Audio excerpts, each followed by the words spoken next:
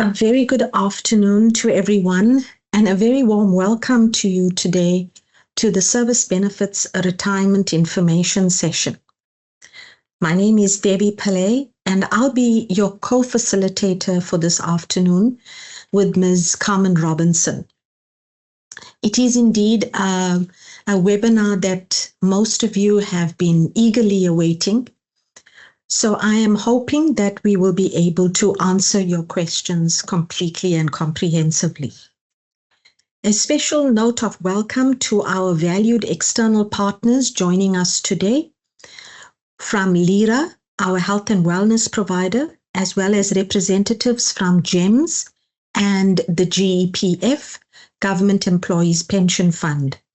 We are, as always, delighted to have you with us, Amelia, Elzona, and Nomonde.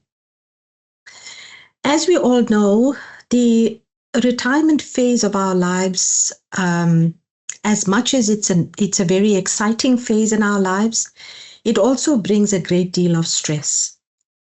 It involves much planning and preparation, and more than just yourself, it involves your families and the individuals who can offer you guidance and support. And it is for this reason we are here today. So from today's session, I just want to take you through the program. As I mentioned, we have Elzona Swartz from LIRA, Nomonde Malapo from GEMS, and Amelia Hutzenberg from the GEPF. Before we move into the presentations, there are a few housekeeping notes.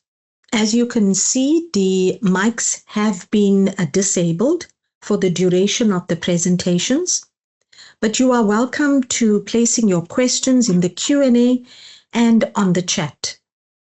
I have two very able, competent colleagues with me. Ms. Rochelle Martin and Mr. Fabian Menkes will be answering these questions, as well as Mr. Hilton Lombard. We will open up the mics for the Q&A, and the Q&A session will be facilitated by Rochelle Martin. Just for your information, the presentations from GEMS and LIRA will be shared with all attendees, and the information from the GEPF is available on their website. The presentations from GEMS and LIRA will be placed on the service benefits page via WCED online. At around 5:30, we will request your feedback on the session. So please, would you click on the link and share with us your evaluation of the session. We really do welcome your thoughts and opinions so we can strengthen this going forward. Before I get many questions about the early retirement program, let me share with you that the ERP, or the early retirement program, landed on the 13th of October via the DIPSA website, and the head of department has received the relevant annexures that go with that. The applications from the circular starts or opens today. But the WCED still needs to secure the necessary approvals from the delegated authority, our head of department. There are processes and procedures that need to be placed or need to be put in place so that we can manage this process seamlessly. We want this experience to be a positive one. We also know the urgency of it. Having opened today, the application process will end on the 30th of November. So my team and I have prioritized this, and we will send out communication via circular together with the annexures as soon as practically possible. The intention is not to place further stress on you, but like I said, we want it to be a good experience. I cannot tell you the exact date on which the circular will go out, but it will not compromise your application in any way.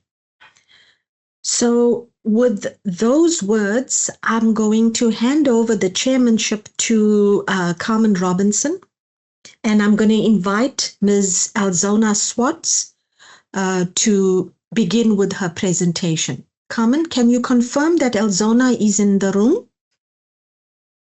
Yes, ma'am. She is in the room. I am. Thanks, Carmen.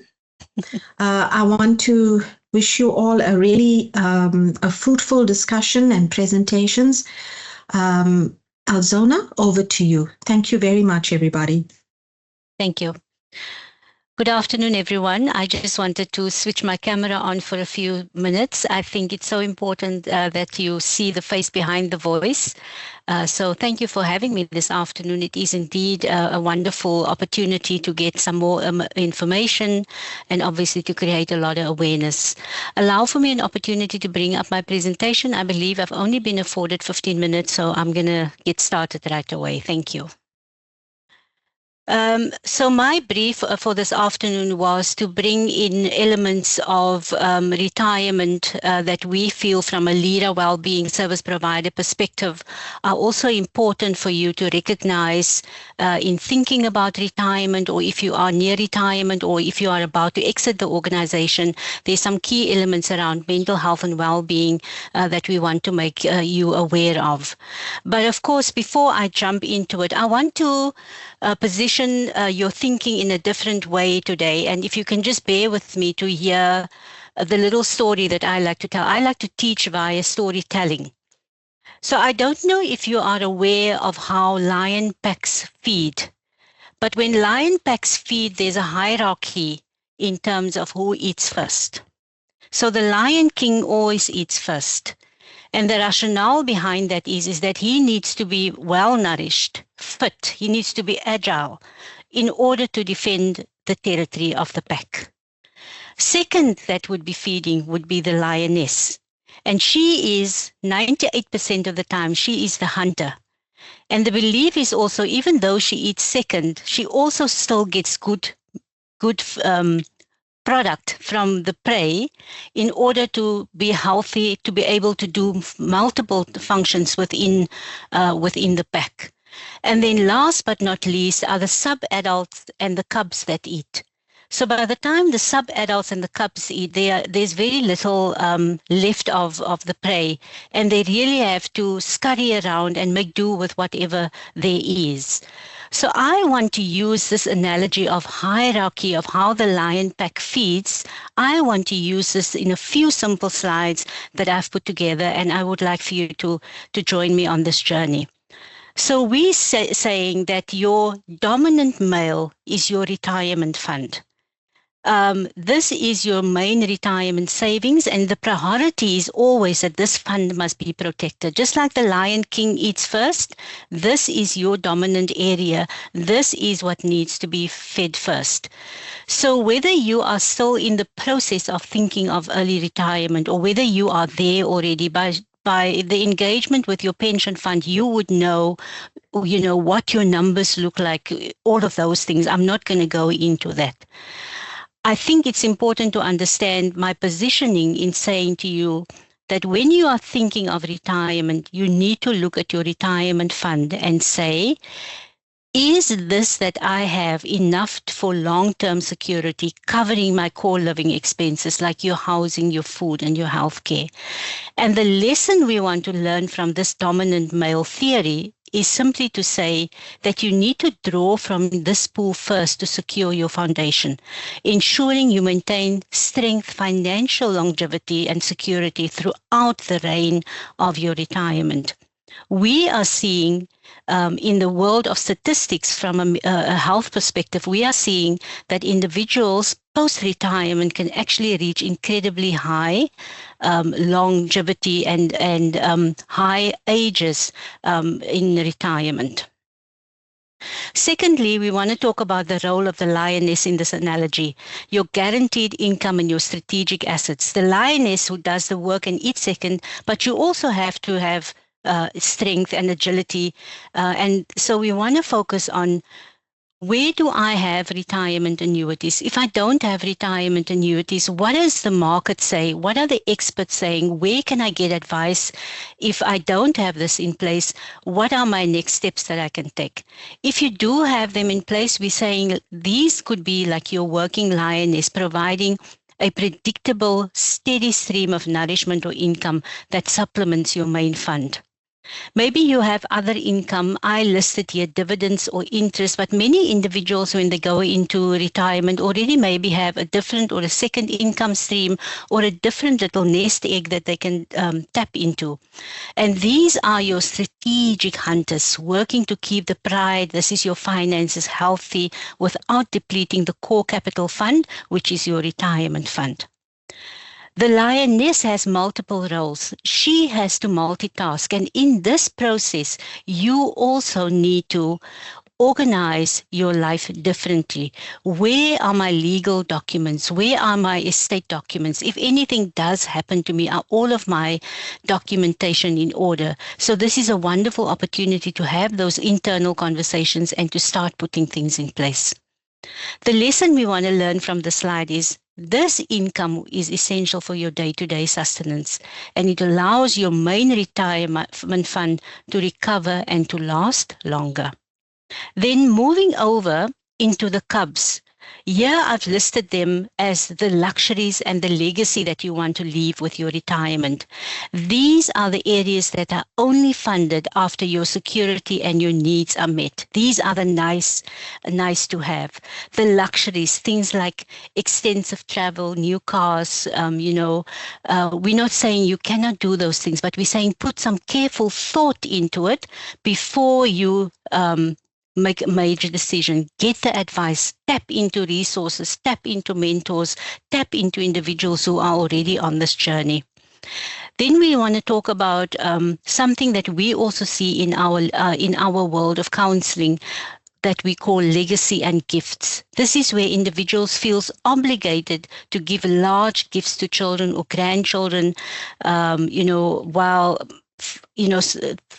perhaps feeling that this is a time to spoil the family.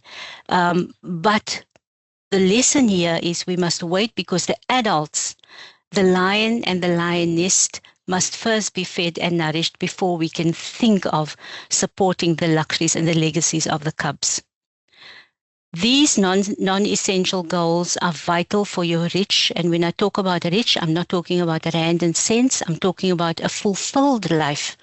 Because what we don't want is, we don't want you to be in a stress and an anxiety when you go on to retirement. It's an incredibly beautiful phase that you will be entering, and it can be an incredibly rewarding phase that you can enter as well. I want to continue with the cubs around luxuries and legacies. Many of the luxuries and legacies that individuals don't want to talk about or recognize is your luxury to be emotionally and socially well. Where is your mental health in this entire process? Have you thought about how you'll spend your time? Do you have hobbies? Do you volunteer? Do you have a part-time interest perhaps? A lot of individuals go into a honeymoon phase. The first 3 months after retirement feels fantastic. You don't have to get up for work. You can do basically what you want to do. But after the 3 months, we generally see individuals' mental health dip, and then they become isolated, they become withdrawn, and they just almost feel like, I've lost my sense of purpose, I've lost my sense of direction. The other luxury that we want to talk about is, how do you stay socially connected and avoid isolation? A big buzzword at the moment within mental health circles is the term that we call loneliness and isolation. It is real. If you look at the statistics, you will see globally communities are impacted because we've become so connected to our devices that we've almost lost that human connection. And that human connection is really what makes us thrive. Consider a phased retirement if you're not ready to stop working completely. So we're not saying you need to stop and then go sit in a chair. You have built up incredible skill sets over your lifetime. Maybe you can apply those skill sets somewhere else where it can be rewarding for you as well. Then I want to maybe give you another tip. I'm talking about doing a trial run. Try living on your projected retirement budget for a few months. This might sound to you like such crazy advice that I'm giving to you right now, but time and time again in the clinical world, we have seen that individuals who really thrive in their early retirement, in their retirement years, are the ones that have put these small little steps in place. So again, I'm asking of you, consider doing a retirement budget for a few months. The lesson from that is how you can adjust to see where you need to tweak some changes before you are deep into the actual retirement. Last but not least, I have to remind you that through your employer, you've got Lira Wellbeing services available to you, and the services that you have available to you, of course, comes in the form of counseling support. These are in the form of telephone counseling support as well as face-to-face counseling support. If you are a leader in the audience and you have members in your team that are looking at retirement, there's wonderful conversations that we can have with you to support those individual members as well. Through our life management division, you have an opportunity to engage with our legal teams, our family coaching, financial coaching teams, and our family care teams. So if you want to have that in-depth conversation around your finances in a non-intrusive, in a non-judgmental way, you can connect with a Lira coach. And remember, our Lira financial coaches do not sell any product to you, so it's really a wonderful open conversation that you can have. If you want to engage with our teams around how do you navigate your retirement around your loved ones, then certainly you maybe want to connect with our family care team, which would be our doctors, nurses, biokineticists, our physiotherapists, as well as our educational psychology team as well. By now, you should be having the Lira Wellbeing Hub app. It's that wonderful app that you can download from the App or the Play Store. And then as a retiree of the organization, you still have access to the services for 3 months after you have left the employee of the organization, and for 3 months after your immediate household family members have got access to this wonderful support as well. How do you get in touch with these awesome services? Of course, at the top of your screen, the WCED dedicated 0800 number. We also have a USSD code that you can send from your phone, *134 *905#. This is a wonderful opportunity for you to connect with somebody. You can even ask for face-to-face engagement just to talk about where you are with your journey. Sometimes one has our own thoughts around retirement that you don't necessarily at this point in time maybe want to share with your loved ones, but here is an opportunity that you can do that comfortably. We also have a dedicated email address, wced@icas.co.za. You simply just pop us an email. You need not even say in the email what your concern is. Here are my contact details. Can Lira please get in touch with me, and we will facilitate that conversation back to you.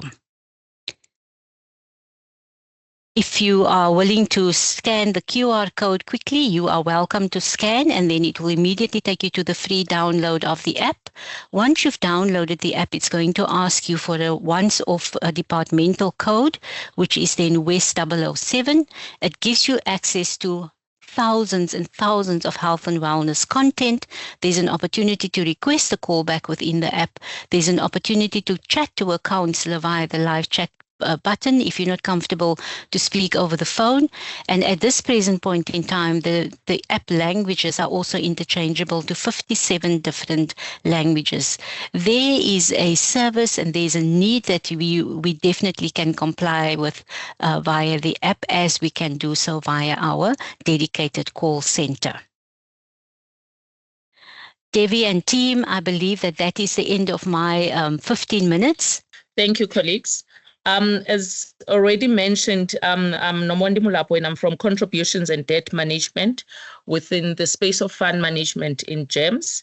And I deal with contributions, colleagues, the deductions of the contributions for either actively employed members and members that are on retirement as well. I'm mainly responsible for those contributions. So what we're going to be discussing today is the calculation of contributions. And I'm just going to be showing what do we look at when we calculate your contributions and what is it that we take into account in order for us to determine the members' contributions. Colleagues, unfortunately, at the moment, we're still working on the contributions for 2025. Information and SMSs and letters will be sent to members. And for those of you who are able to attend any of our engagements and workshops in Cape Town, then that information should be available before the end of November. But unfortunately, I won't be able to show you the 2026 contributions as yet. And then we're going to be discussing the debt management processes and the repayment guidelines. So what we usually do, colleagues, as the scheme, we conduct engagements, or I would say every month, but we try and visit each province at least every quarter, just to share the information for members that are still in service. And at times, yes, we also run the pre and post retirement for members who are on retirement. Devi, I can't see the chats. Please give me an indication if you guys feel that I'm moving fast, or if you want me to repeat anything. So usually when we come to your departments, then we make sure that these officials are in attendance. We speak to HR and conditions of service. We also have meetings with the salaries section, your finance, as well as the personal controllers. The reason why we like to have the personal controllers available is to make sure that they also follow the correct processes in terms of the termination of the specific member, especially when they go on retirement and when they terminate their services. So personal controllers are also part of our monthly meetings as well as the quarterly meetings. We don't only end there, we also conduct the lekgotlas where we address members at VAST. We also share contributions as well as the benefits for members.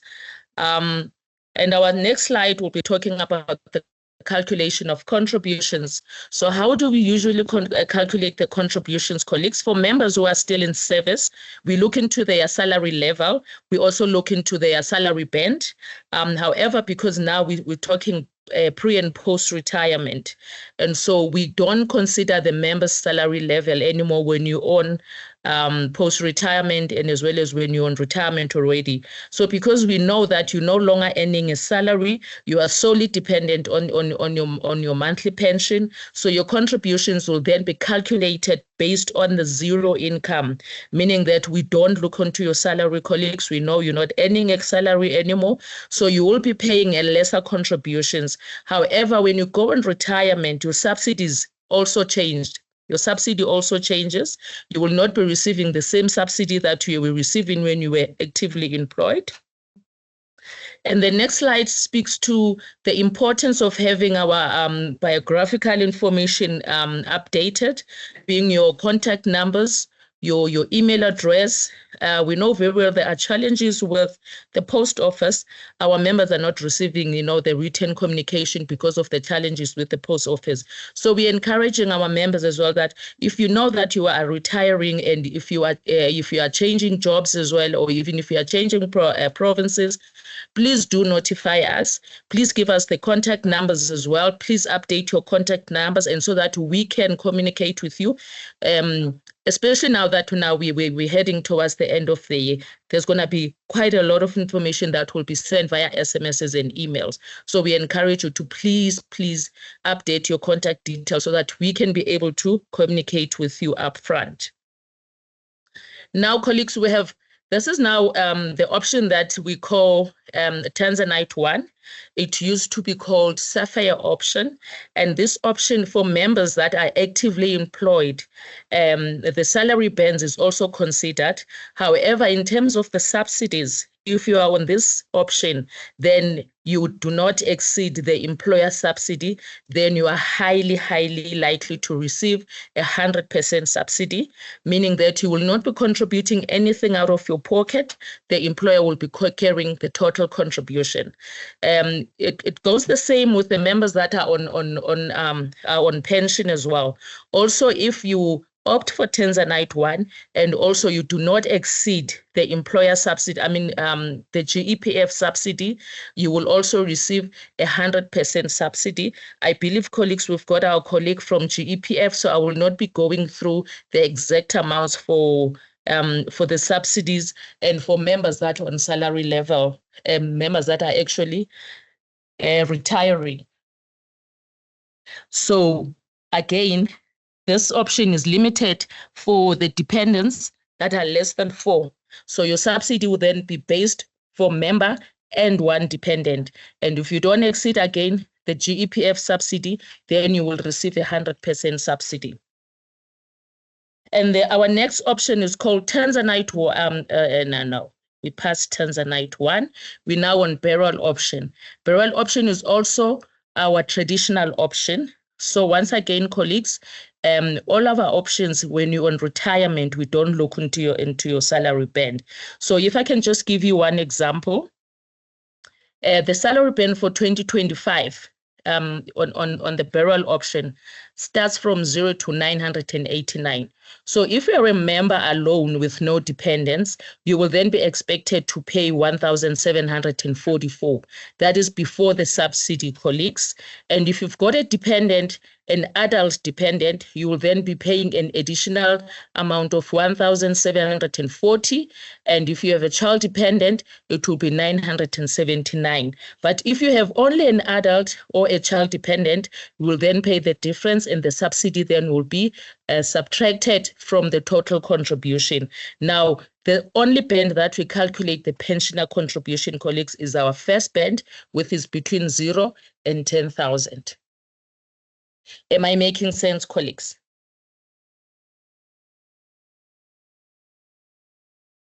Okay, so now this is the option that we have as well. It is called Ruby option. So this Ruby option, colleagues, is the only savings option that we have within the scheme. All our options traditional options, but the Ruby option is the savings option, which most of the time we don't encourage our pensioners on this option, simply because the day-to-day benefits on this specific option is not structured as the other options, which is your Emerald as well as your Emerald Value. On the Ruby option, you only get to use what you have onto your savings bucket. So what we do with this one, we also look into the salary band, which is the 0 salary band. We calculate your contributions again according to the number of dependents that you have and their ages, and then the subsidy will be subtracted once again from your total contribution. Now, with the benefits, out of the total contribution, we then take 25% of your monthly contribution, then we put it into your savings bucket. So when you go onto the pharmacy or when you go to the doctor, your benefits, your consultations and your medication will then be paid from your savings bucket. And should it happen that you exceed or you get your savings options benefits exhausted before the end of the year, it means then you will have to wait for the following year for you to accumulate the new savings. Should you not use up your savings for the particular year, your savings will then carry over for the following year. Colleagues, am I seeing questions or comments?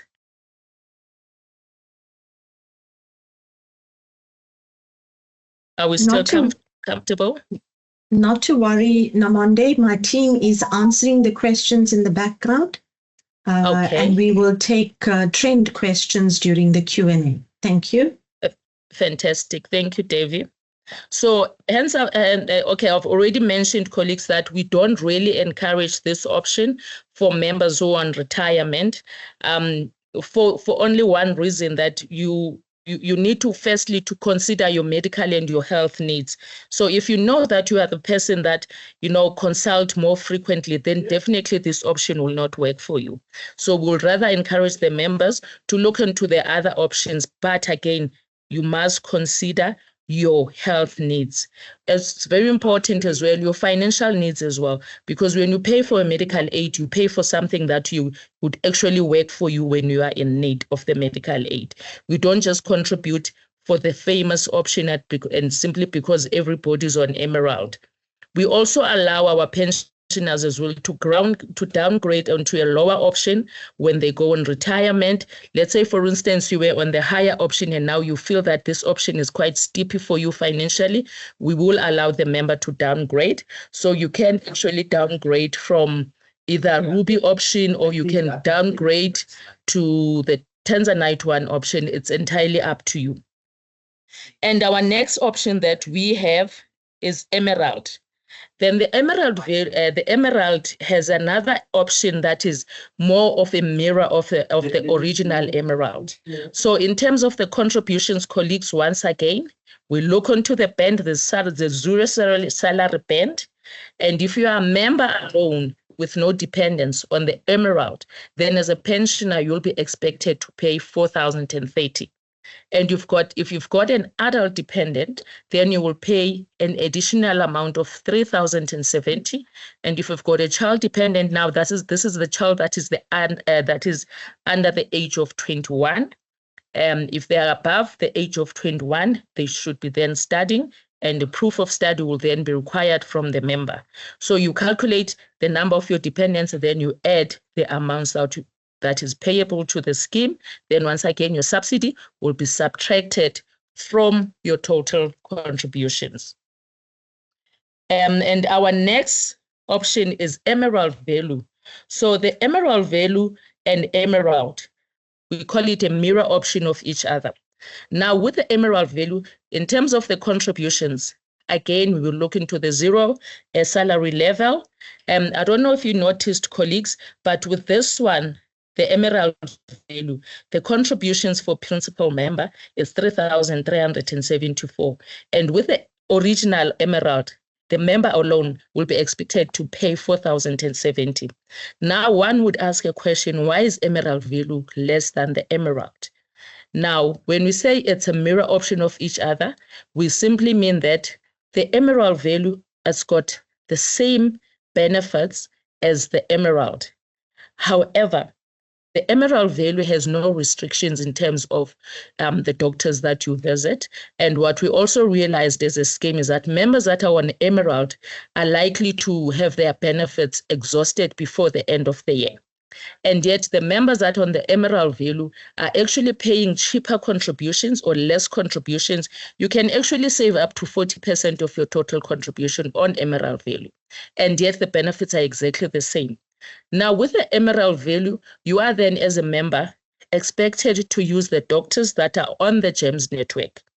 Should you use a member at the doctors or the hospitals that are not on the network, then you'll be expected to pay what we call a levy or a co-payment.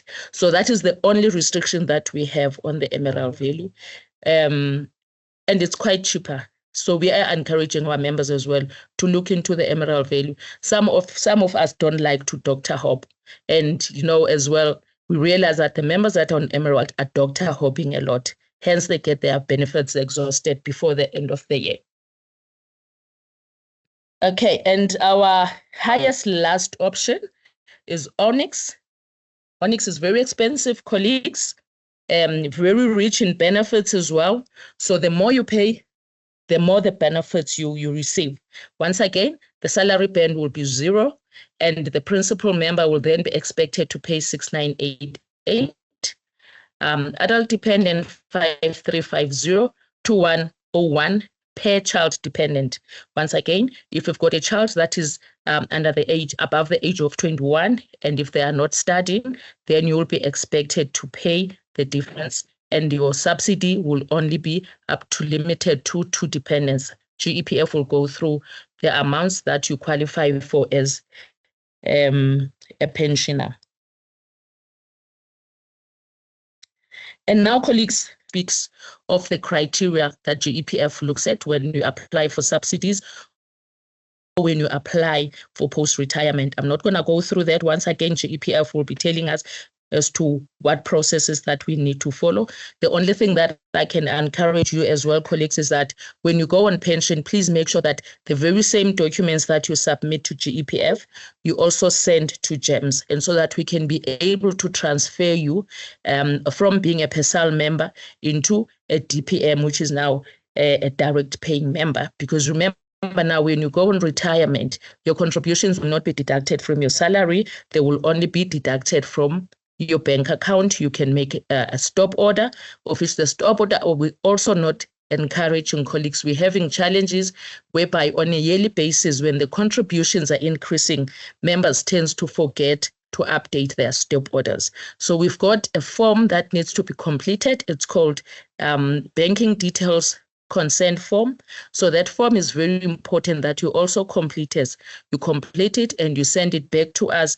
By doing that, you are actually giving us a permission to have your contributions deducted from your account, as to opposed to the stop order.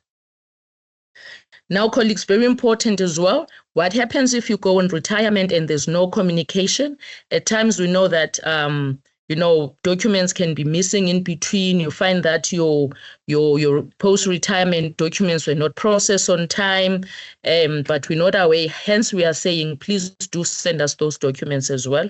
We know that government has got the system in place that they use to capture all the applications for members that are going retirement. And we always encourage our members to please start the process with GEPF at least 3 to 4 months prior to your retirement month, and so that by the time you go on pension, your subsidy as well has been approved and finalized. You don't have to face what we call out-of-pocket contributions, because if that is not done on time, it means then your subsidy will also be delayed, and then you'll be expected to pay the full contribution. We're trying as much as we can for our members not to be impacted by the contributions because the GEPF forms were not completed on time or they were not submitted on time. So now, upon you going on retirement, colleagues, we will communicate with you to inform you of the information that is missing, or if there is any documentation that you still need to send to us. You'll first receive a call from our credit controllers. If not a call, you'll receive an SMS notifying you of the progress of your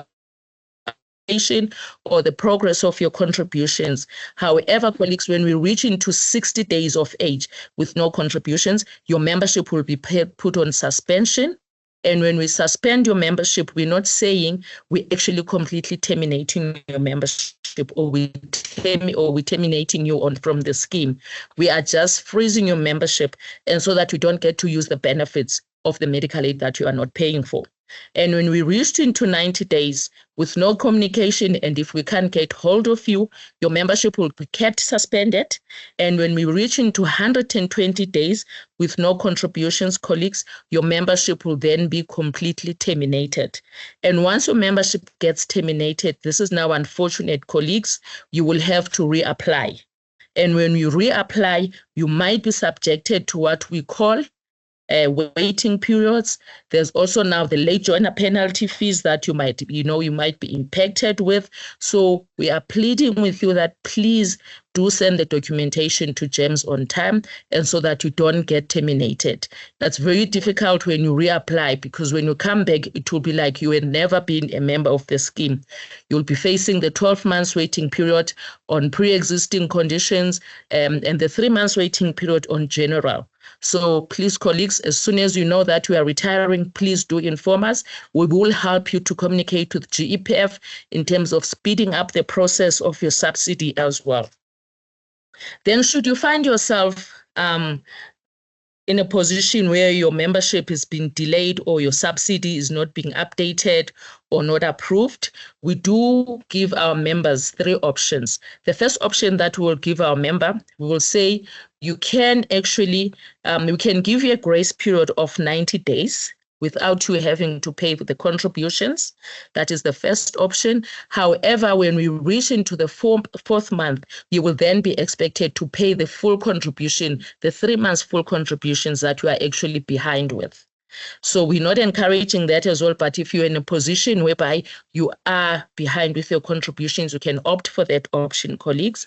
And after 3 months, you will then pay the contributions back to the scheme, and meaning that you will fall into arrears. GEPF will also fall into arrears for 3 months. And the second option that we offer our members while they're waiting for their subsidy to be approved, we say to you, okay, then you can pay the assumed amount. Let's say, for instance, your total contribution is 2,000 rands, and your portion out of the 2,000 rand is 1,000 rand. We will then say to you, you can pay the 1,000 rand of your portion while we're waiting for GEPF to finalize your subsidy. However, then in this case, GEPF will then be in arrears for 3 months, but at least you as a member, you wouldn't have been impacted by the contributions that are in arrears because you would have been continuously paying for your portion.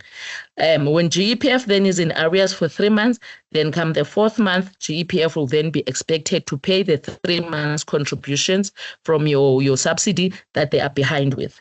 And the third option, we say, if you can and if you can afford as a member to pay the full contribution out of your pocket, you will again pay the contributions for at least 3 months.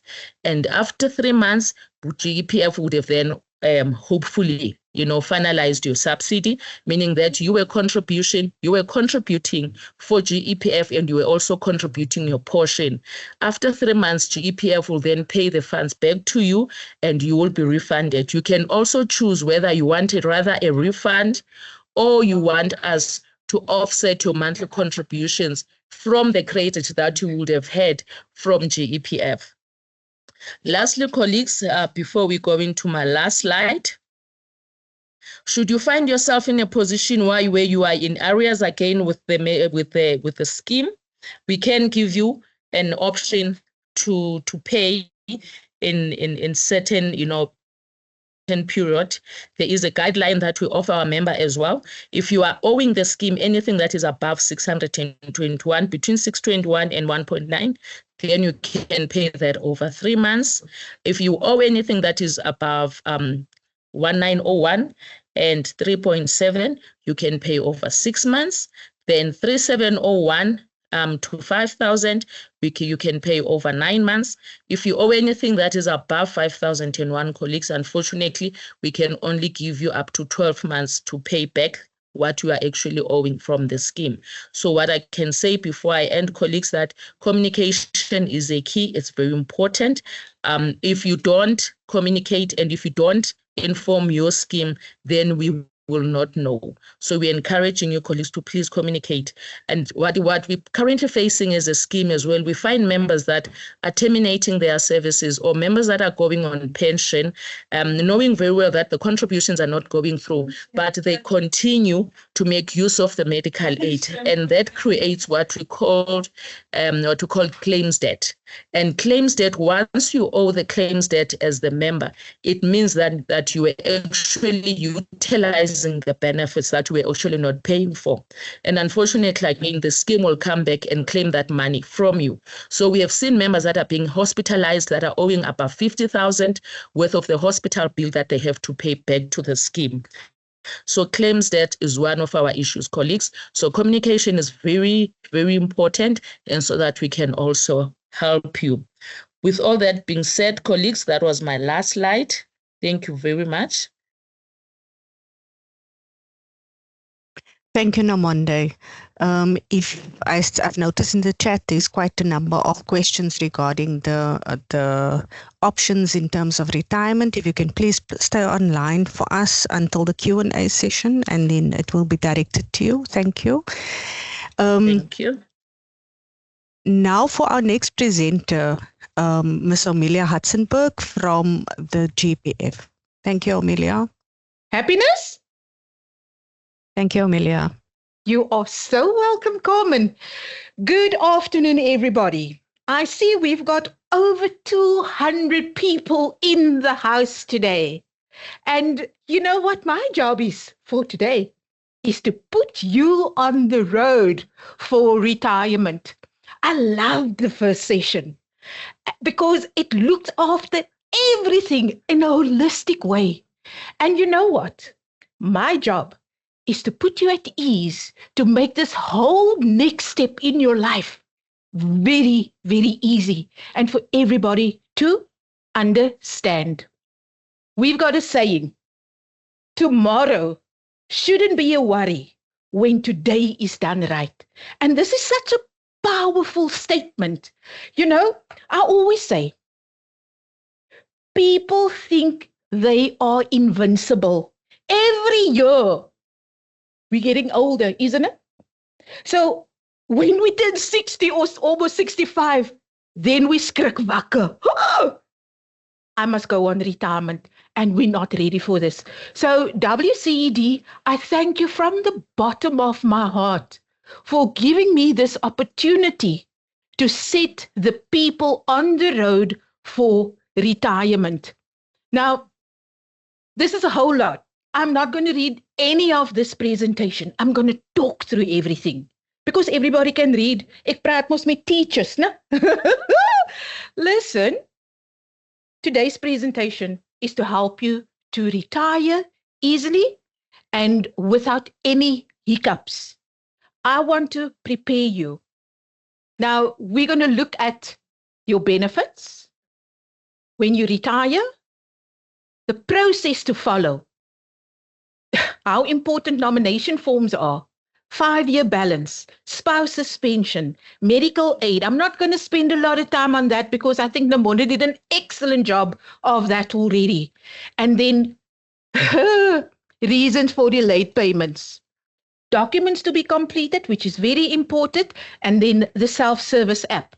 Now, to start right at the beginning, did you know that the GEPF's retirement age did not change?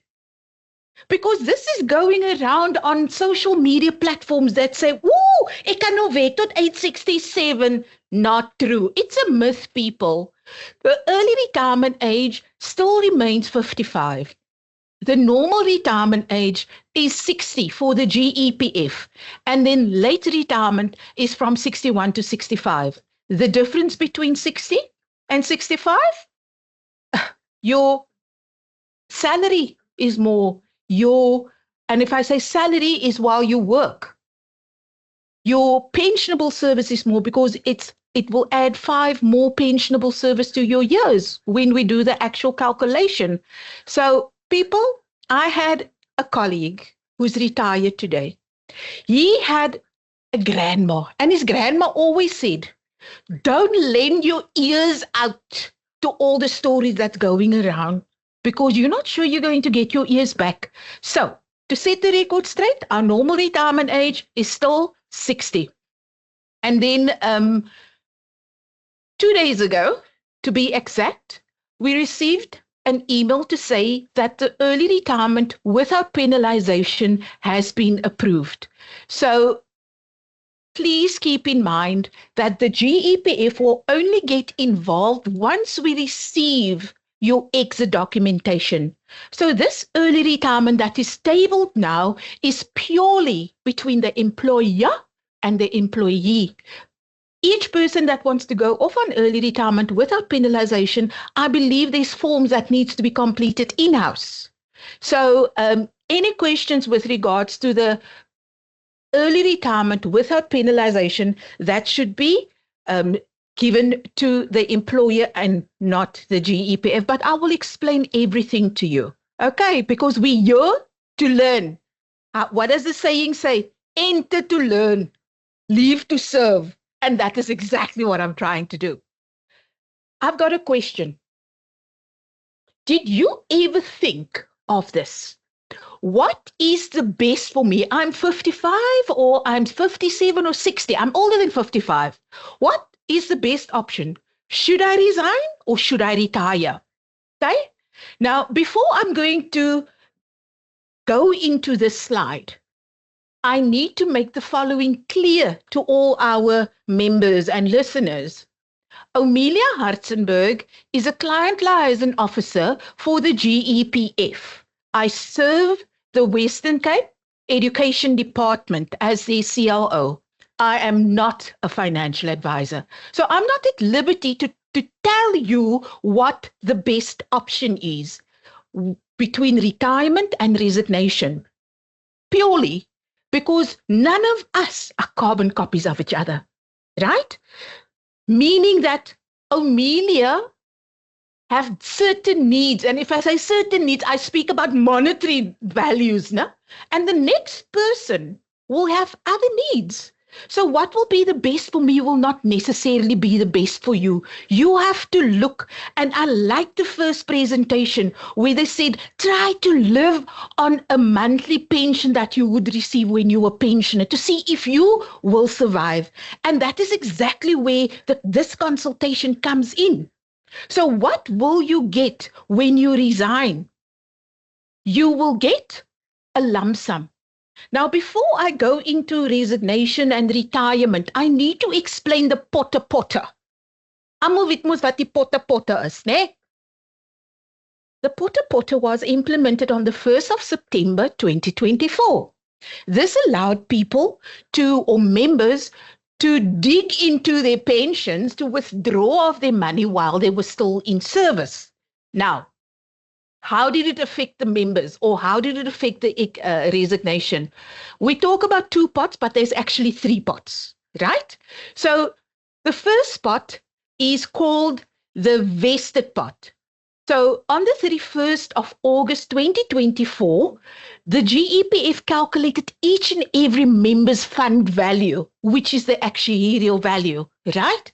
And they said, okay, this is the value of all the members, and we dump your money into the first pot, vested pot. In other words, all the money that accumulated prior to the 1st of September 2024. Before we close that pot up, we took an amount out of your first pot and dumped it into the second pot, which is called the savings pot. So the amount that was dumped into the second pot, they call the seeding value, but that is not how I talk. They dumped your money into the second pot, which is the savings pot. We close the first pot up. You can't touch that. So the savings pot is where your withdrawals can take place from while you're still in service. Being said, the above, that is for emergencies only, no? But your emergency and my emergency will be totally different things. On the 1st of September, they also opened up a third pot, which we call the retirement pot. And this retirement pot started on a 0 balance. 0 zak niks nie. So now we got paid on the 15th of September 2024. So previously the contributions went to one place. September 2024, we split the contributions, and 1/3 of the contribution went into the savings pot. 2/3 of your contributions went into your retirement pot. So the end of September, your retirement pot was no longer a 0. It had the contributions in for that month, 2/3. And we added the 1/3 to your 30,000 Rand. The amount that we seeded was 30,000 Rand, the maximum, or 10% of your first pot, which was your vested pot. Okay, now that we understand how the potter works, right, now we can look at the resignation. Remember, the question is, should I resign or should I retire? What will I get? Upon resignation, you will have the option to take your money into your own account or transfer it to an external fund. And both transactions that I've just mentioned, it's different. It's handled totally different. So if you choose to resign and you want the money into your own account, as from the 1st of September 2024, you will be eligible just to get your first pot, which is your vested pot, all the money that accumulated prior to the 1st of September 2024, and we will add your savings pot to that. And then we will pay that money into your own bank account. Right. Tax will be applicable immediately before the money lands into your account. Or you can say, you know what, GEPF, I want to transfer my money to an external and approved external fund. I have to say that. And what will be transferred? We will transfer your vested pot, your savings pot, as well as your retirement pot. So should you went for the first option, your own bank account, the third pot will have to stay behind with the fund. Did you hear me? The third pot stay behind with the fund, and although we paid you out a lump sum, which consists out of your first pot, vested, and savings, the third pot will give you a monthly income. But just stay with me. Stay with me. Remember, this new legislation was only implemented a year ago exactly. So how much money do you think is in the third pot, which is called the retirement pot? Say, for instance, 5,000 Rand went in there, or 3,000 Rand went in there. 3,000 times 12 is what ek het nou nie my calculator by my nie. But it's not a lot of money. And that third pot must give you a monthly pension. I've seen people that have resigned, okay? And that third pot gave them like a monthly pension of 100 Rand or 120 Rand. It will just chase up your banking cost at the end of the day. Just think about it. But should you want to retire, at the other hand, we will still pay you the same benefits prior to the 1st of September 2024. So the legislation did not change when it comes to retirement. So now you must ask me, Amelia, so what will we get? You will get a lump sum, which is called a gratuity, and you will get a monthly pension. Now, as you can see, the second tab on the slide is monthly pension. When you resign, you won't get a pension from your first pot and your second pot, vested and savings. You will just get that small pension from the third pot, which is the retirement pot. En dis niks om oor huis toe te skryf, sou ek sê. Right? So 'n sak geldjie, né? Lekker geld of bubblegum geld.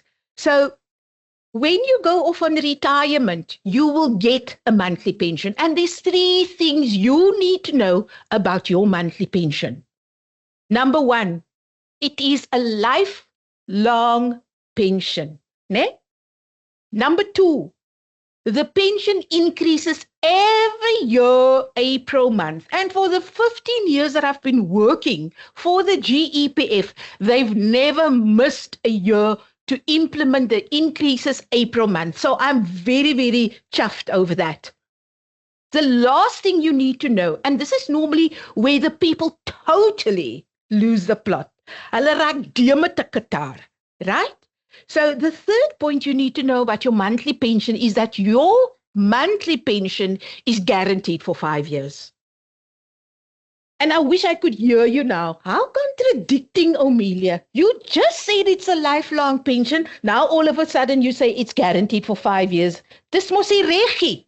Now, let me explain, people. Let me explain.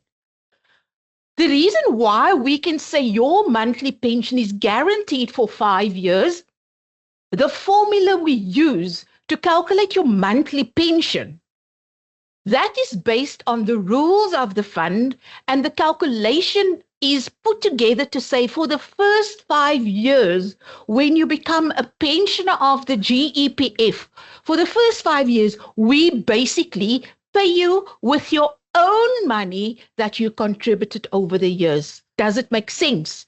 So in other words, this money don't belong to the GEPF. It belongs to you as a member. Right?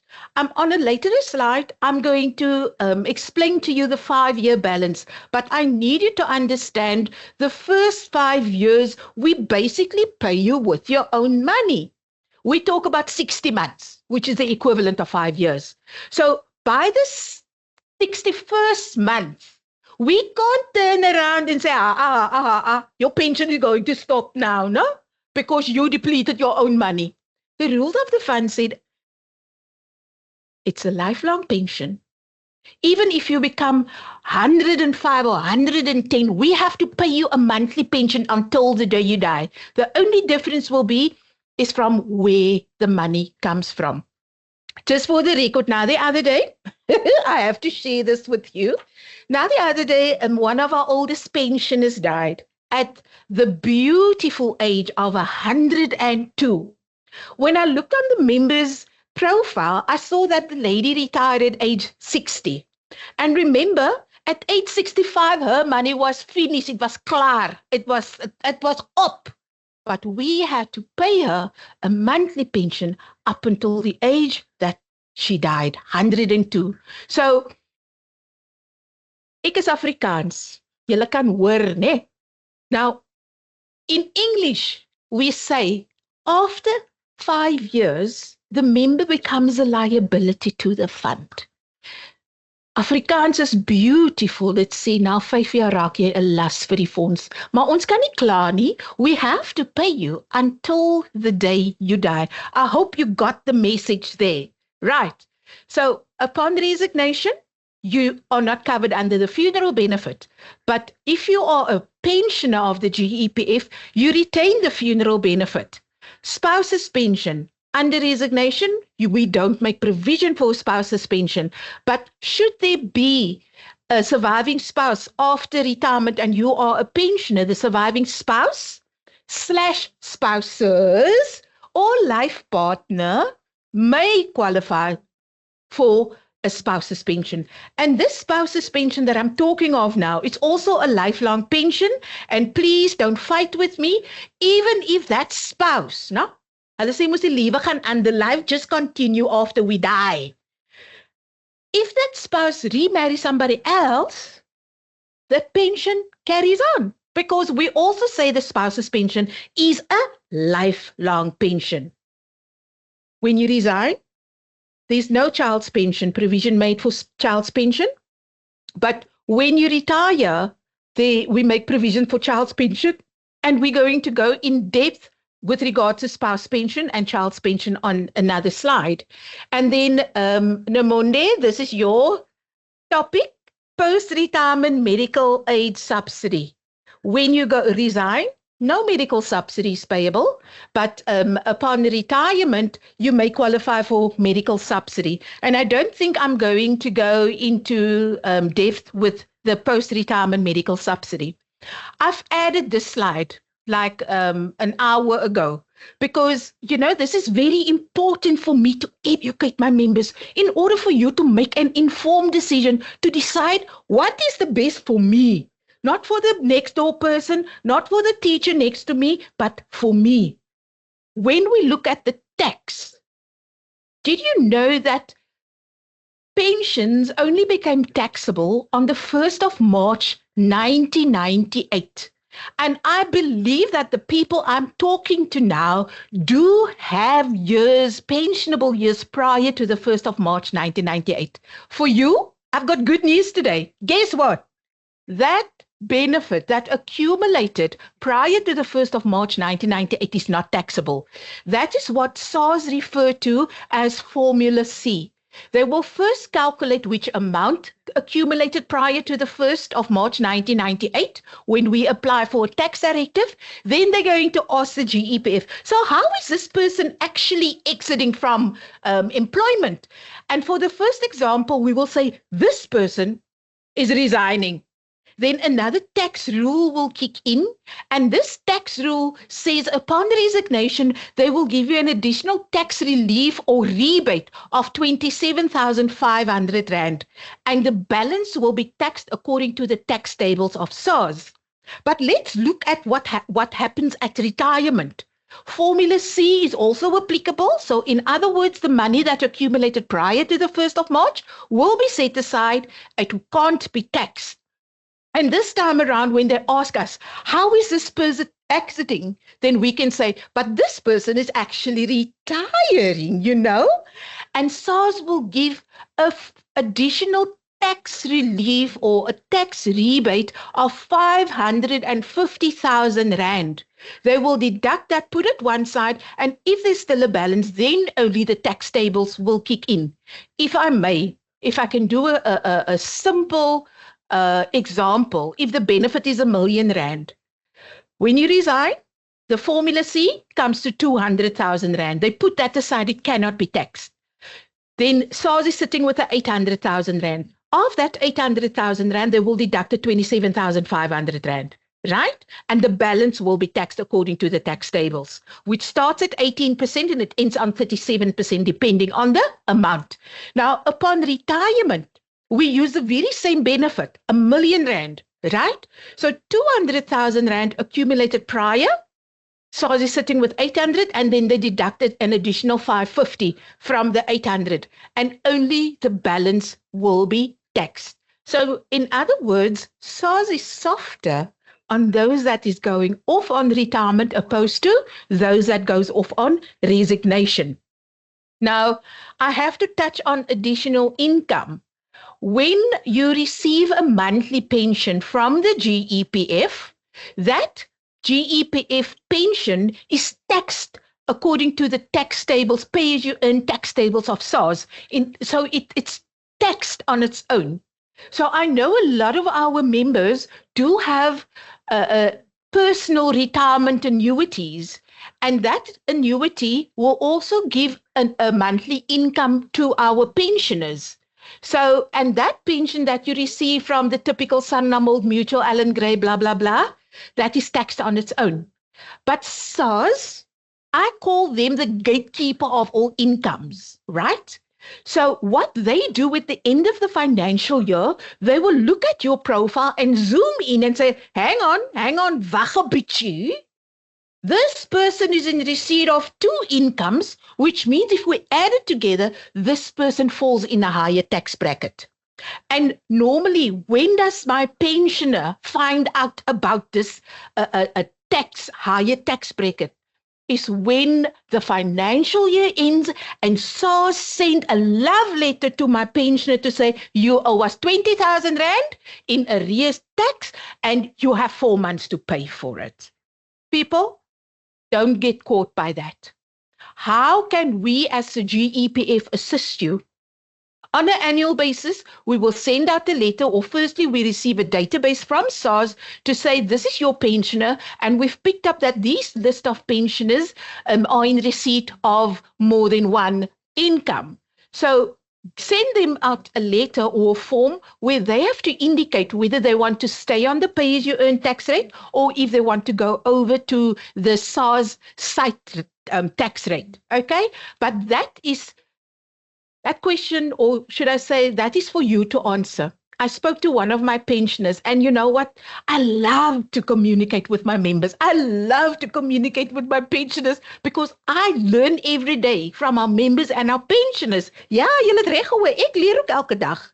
So this pensioner, I told him about the option to pay the additional tax on a monthly basis. And they said, Amelia, that is not something I will do.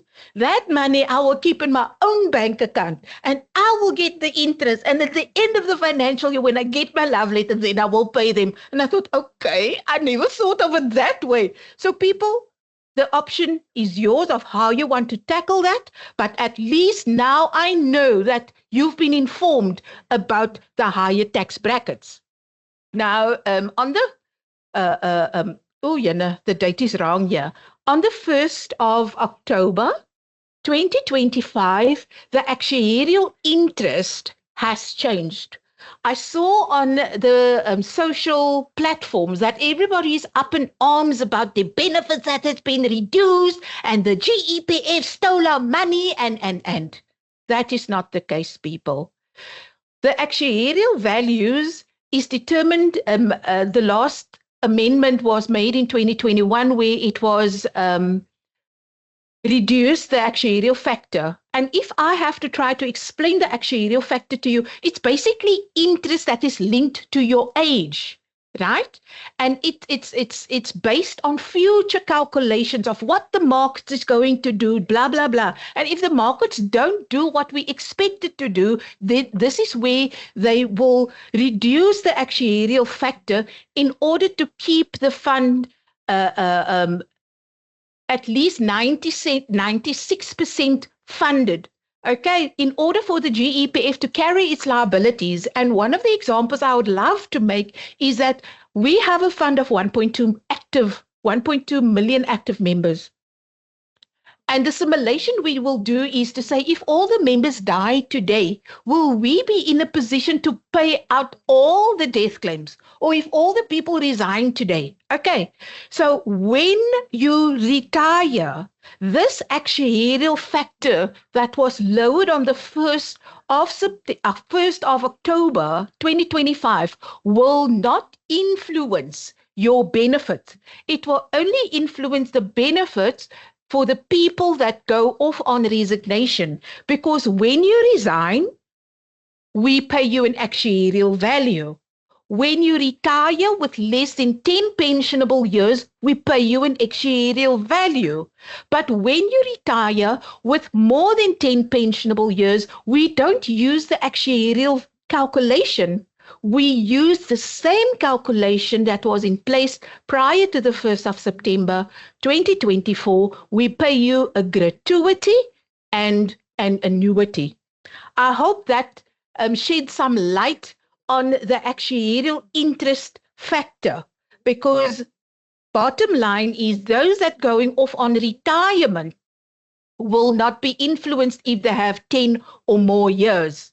Now, we've discussed, should I resign? Should I retire? We've discussed tax, and there's high tax deductible should you resign.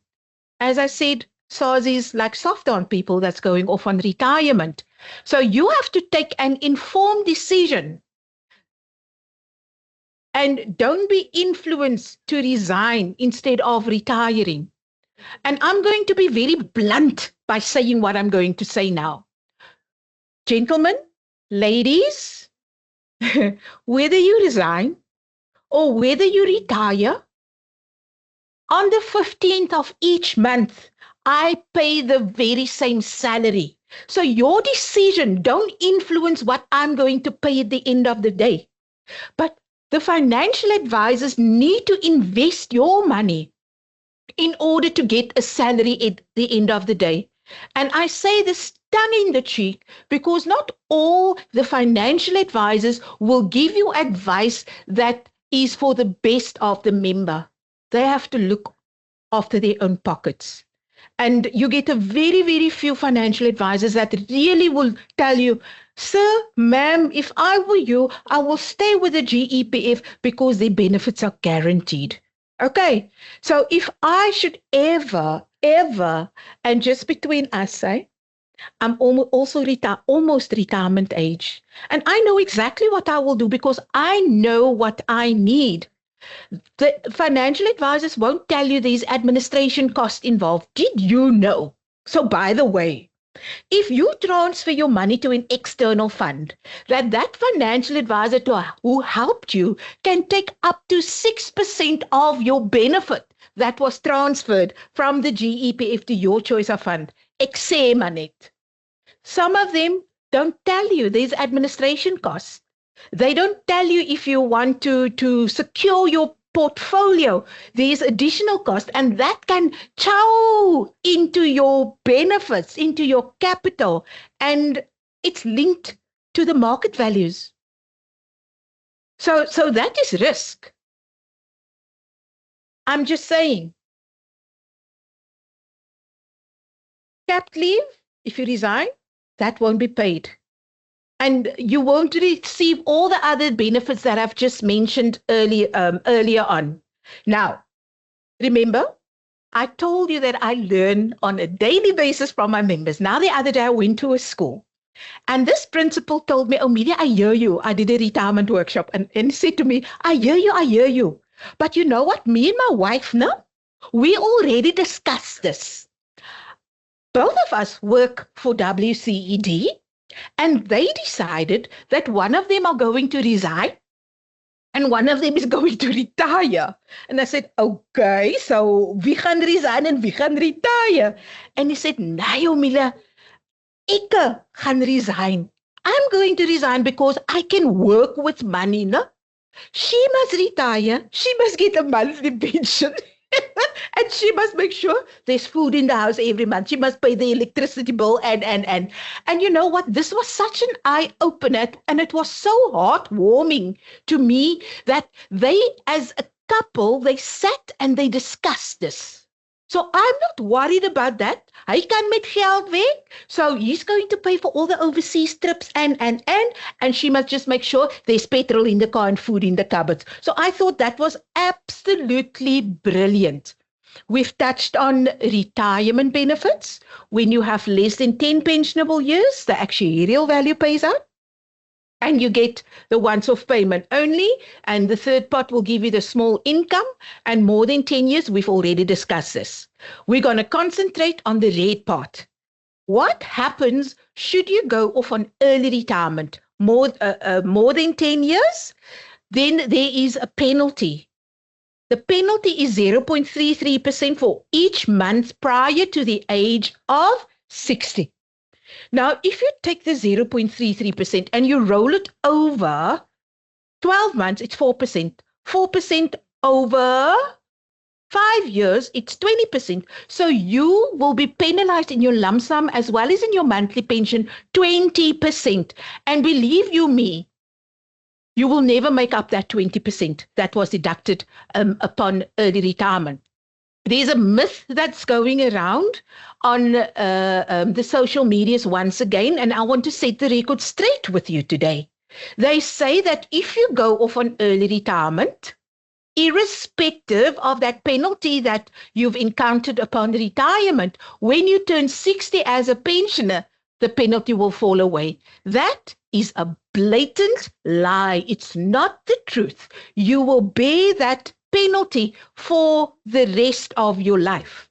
Now, when you go on retirement, Carmen and a team will give you a retirement choice form. And this choice form has nothing to do with your nomination form. This is where you as the member tells us, should I die as a pensioner, my surviving spouse must get 50 or 75% of my monthly income. Okay, I hope that is clear, 50 or 75%. Now, the spouse's pension is a non-contributing benefit. And the non-contributing benefit is basically me and you as members of the fund, we don't contribute towards that. So should you die as a pensioner, we will pay the pensioner a monthly pension from the GEPF's pockets. Ain't that grand? But should you decide that you don't want your surviving spouse to receive a 50%, we call that the standard option. The person must get an enhanced spouse's pension, which is 75% of what you will receive.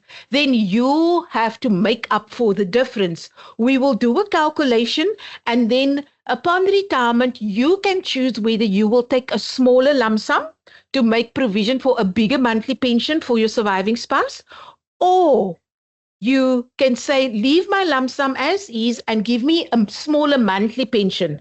Now, what should you know about this pension? Mensa, nobody's sitting with a crystal ball te weet who's going to die first. Okay, so this is also like a gamble.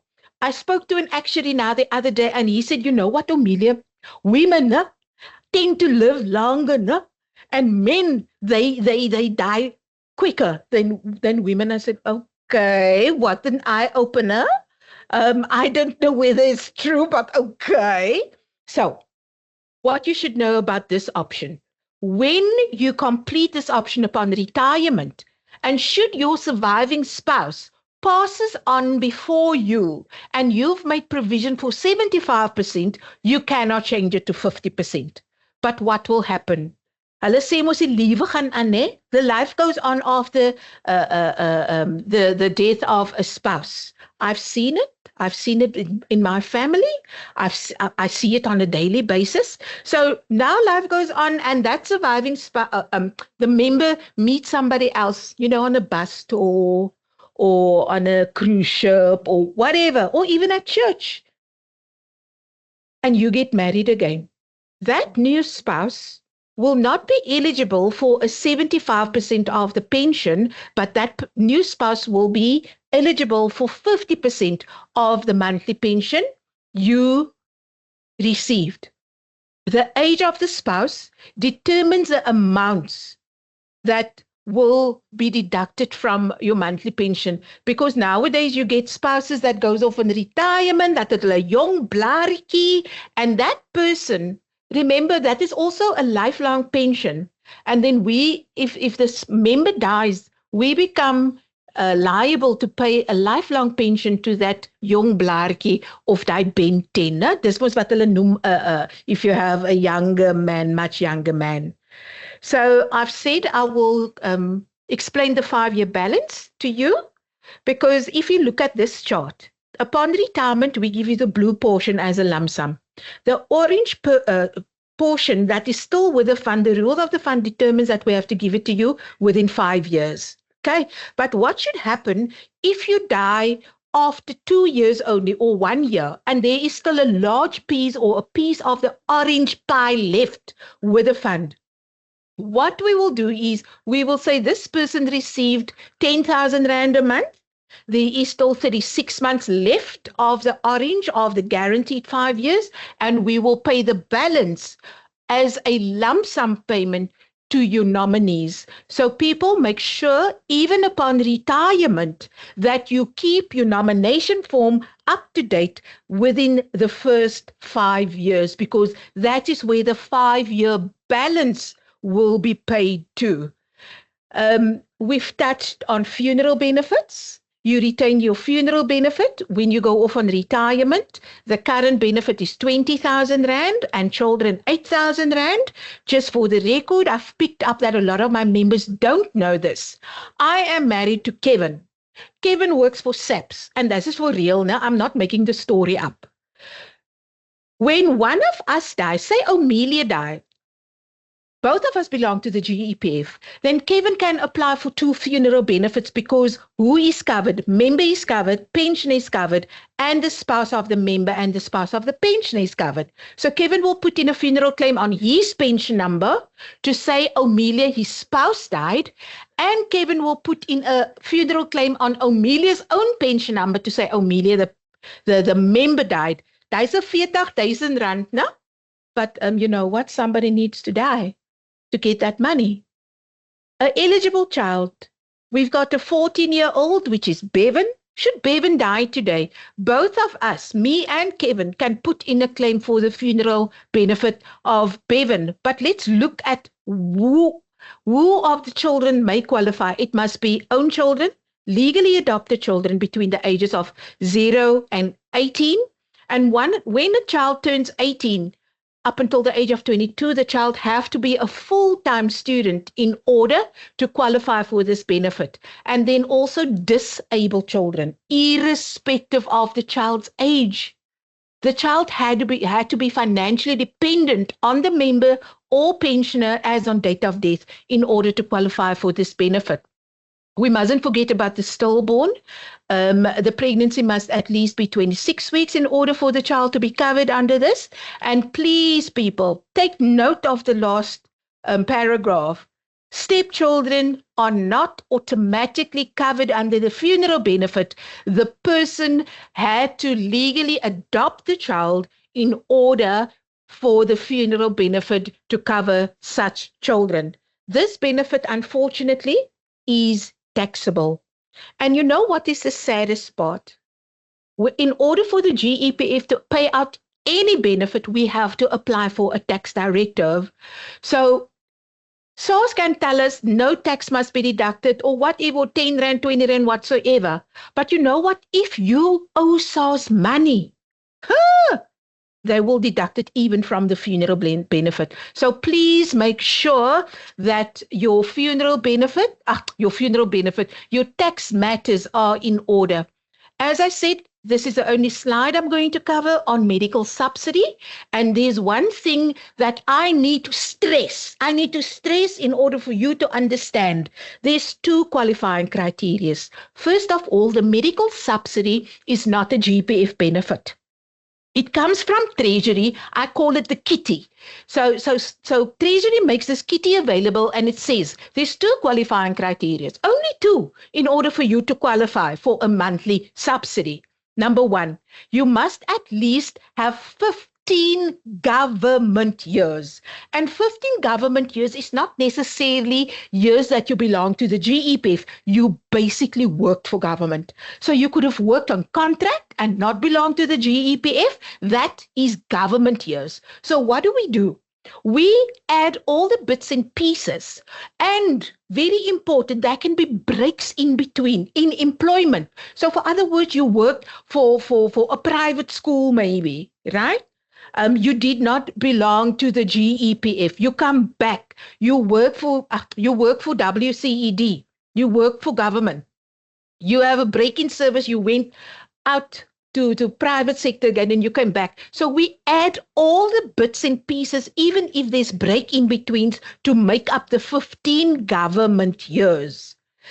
The second qualifying criteria is basically you had to have 12 consecutive months as main membership as an approved medical aid scheme. So in other words, you could not be a dependent on your husband's medical aid, on your child's. You had to be the main member of an approved medical aid scheme. And if you meet the criteria above, you will receive a monthly subsidy. If you don't meet the 15 years and perhaps only have 12 years, the GEPF can pay you out of the kitty a lump sum payment towards your medical subsidy payments. Okay, so that is very important to understand, that the 15 years is not consecutive years and you had to be the main member for 12 consecutive months prior to your exit date. Now, before I step over to documents, this is something that members normally do. They heard that the subsidy amount that is payable towards GEMS is more than the subsidy amount for other types of medical aid schemes. Then in the last 12 months, they want to move from one medical aid scheme to another. And remember, the one qualifying criteria said you had to be the main member for 12 consecutive months prior to your exit date. Say, for instance, I turned 65 in December, but I desperately want to go to GEMS. Remember, you and me, we as members of the fund, we're not in control of that administration to join GEMS and to end your membership somewhere else. It is up to other administrators. So the possibility can be, if I end my membership at Bonitas or whichever medical Discovery or wherever, end of September, which means technically speaking, I have to be a member of an approved medical aid scheme the very following day to meet the 12 consecutive months. And sometimes it misses 1 month. Now you've reached compulsory retirement age. Now you have membership, but it's not 12 consecutive months. There's one break of a break of 1 month in your government service years. People, then you will miss out, you will miss out on medical subsidy. Did you know that you may change from one medical aid scheme to another while you are a pensioner of the GEPF? And that is such a safer option. If you are desperate to change to GEMS, you can do it when you are a pensioner. If you are desperate to change, don't do it in the last 12 months of your working career. Rather do it a year prior to that, just to be on the safe side, people, because there's nothing we can do about it when this should happen to you. Now, let's look at the documentation. Number 1, Z102, that is completed by the employer. I have to inform you that this is an electronic process, which we call PCM, Pension Case Management System. And the system is designed in such a way that once your HR submit the claim, you are supposed to get an SMS to say the GEPF received your exit documents. That is now to say, if we have the correct contact number of you, right? You may notify your employer 6 months prior to your exit date of your planned retirement age, right? Your employer may submit your exit 2 to 3 months prior to your exit date to give us ample time to process everything, to make sure everything is right, and to pay you within the first few weeks after your exit. Just for the record, the JEP law says that we have to pay within 60 days after your exit date. And I have to congratulate WCED because they are now submitting their retirements prior to the exit dates. And I am very, very happy about that because who reaps the benefit? Our member, you as the member reap the benefit. You get your money on time. The Z864 is also a very important form because that form tells us whether you're married, whether you're divorced, whether you have 5 spouses, etc., etc. Now, I need to warn you, our systems are linked to Home Affairs. So don't tell us you're married or you're single and then you are divorced. We will pick it up, people. And once we pick it up, we will reject the claim back to the employer and they will ask you for a divorce document. Yes, even though you submitted your divorce document 10 years or 20 years ago, upon exit, you have to provide the employer with another copy of your divorce decree in order to add it to your exit documents. The Z894 is your banking details. Once again, we are linked to the bank and the bank will tell us if the wrong surname is used. It will tell us if all the names are loaded. If you have 3 names, they must have 3 names. If you're married, please don't use your maiden surname, etc. Because the case will not even reach the GEPF. The account holder verification will reject the claim and will not allow the claim to come into the JEPA domain. We've discussed the spouse's choice form, 50 or 75%. Please, people, think about it when you complete that form, because if you go for 75%, you can't change it. Your ID copy. If you have a smart card ID, both front and back must be copied on one page and certified. You can't give us a copy from the front page and the back side of the smart card ID on different pages. It must be on one page and it must be a clear copy, please.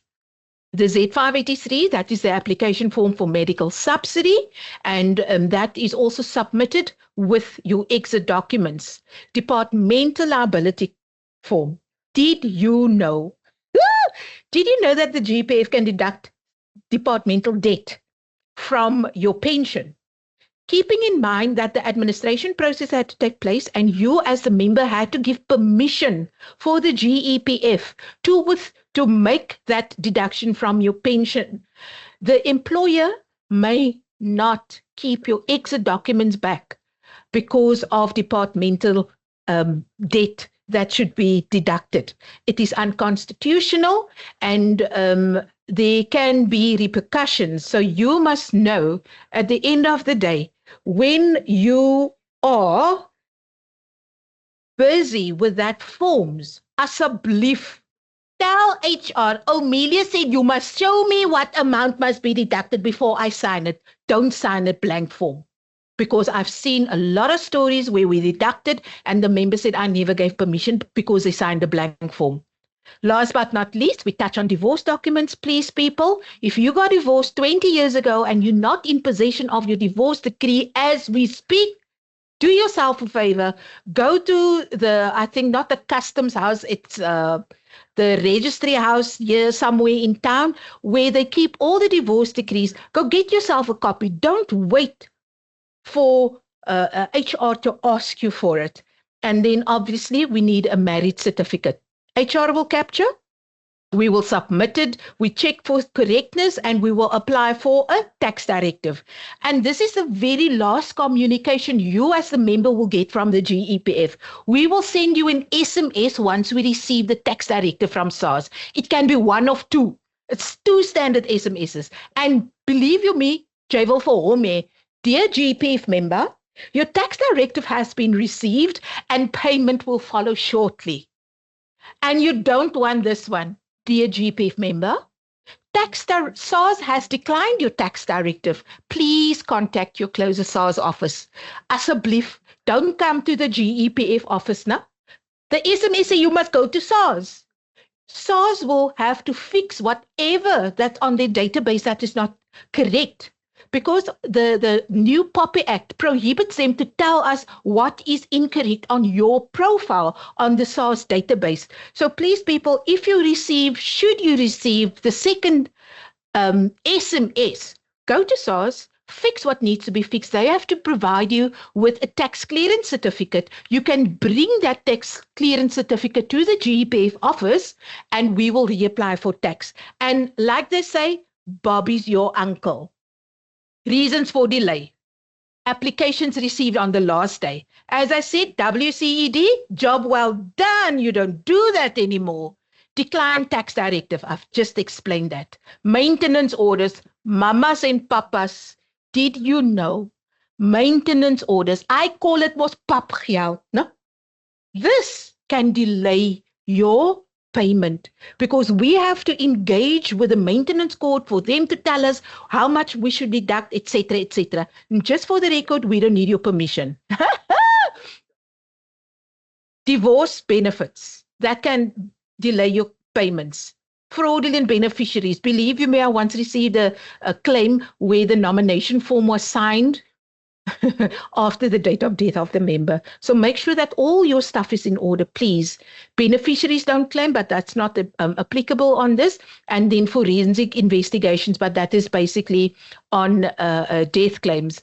And those of you that got married under cultural marriages, please, people, make sure you provide us with the Lobola letters or the necessary documentation, the affidavits from the family members, to make sure that we can put you on our system as a married person.